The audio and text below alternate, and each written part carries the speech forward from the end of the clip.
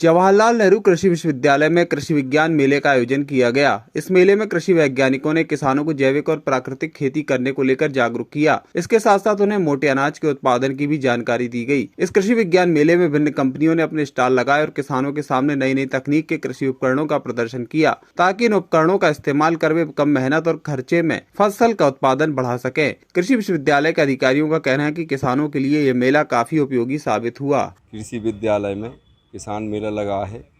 कृषि वैज्ञानिक सभी किसानों को समझाते हैं कि कैसा कौन सी खेती कौन प्रकार से अपन करें, कैसी अपन को दवाई डालना है, कौन सी प्रकार की अपन के बीज लेना है, हर फसल के विषय में बताते हैं। और नवाचार के रूप में सभी धंधे के लाने उद्यमी आते हैं, उनको ट्रेनिंग यहाँ मिलती है, उसी को सब प्रकार की योजना को लाभ यहाँ बताया जाता है। कृषि विज्ञान मेले का आयोजन किया गया है। श्री अन्न मतलब जो मोटे अनाज होते हैं और आत्मा योजना अंतर्गत जैविक खेती प्राकृतिक खेती पर 2 दिन का कृषि मेले का कृषि महाविद्यालय में आयोजन किया गया है। 21 तारीख और 22 फरवरी 2024 को। तो आज ये दूसरा दिन है। कल पहला दिन था जिसमें मुख्य अतिथि के रूप में कुलपति यहाँ जवाहरलाल नेहरू कृषि विश्वविद्यालय के एवं PWD मंत्री श्री राकेश सिंह जी आए हुए थे, जिसका मेले का उद्घाटन किया गया। आज मेले का दूसरा दिन है।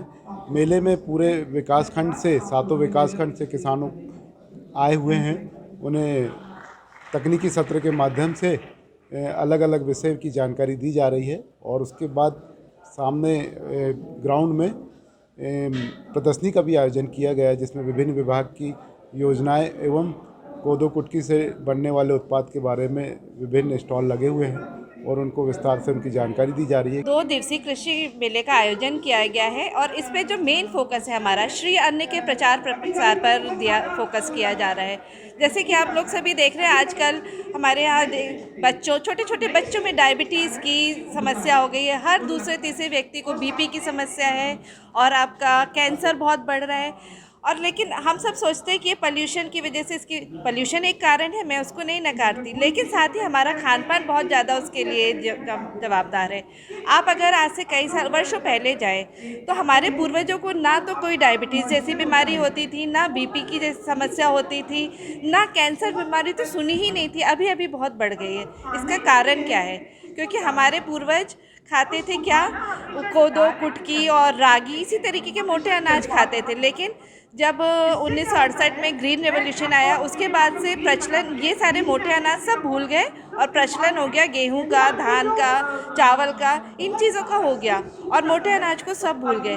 तो जैसा कि आप सभी को विदित है कि पिछले वर्ष 2023 को हमारे माननीय प्रधानमंत्री जी ने मिलेट वर्ष घोषित किया था और श्री अन्न को वो एक नेशनल लेवल से लेके इंटरनेशनल लेवल तक लेके गया और इसका प्रचार प्रसार किया।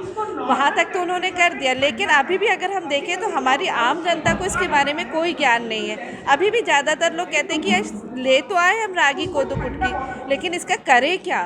तो इसका मेन उद्देश्य इस प्रदर्शनी का वही है कि उनको ये सिखाना कि भाई देखो, उससे रोटी भी बना के खाई जा सकती है, उससे जो बच्चों को पसंद है पास्ता, बिस्किट, कुकीज़, ये सब भी बनते हैं। और इन चीज़ों का जो प्रदर्शन है वो हमारी बाहर प्रदर्शनी में भी किया गया है, जिसका कि मैं भी आप सब लोगों को अवलोकन कराऊंगी।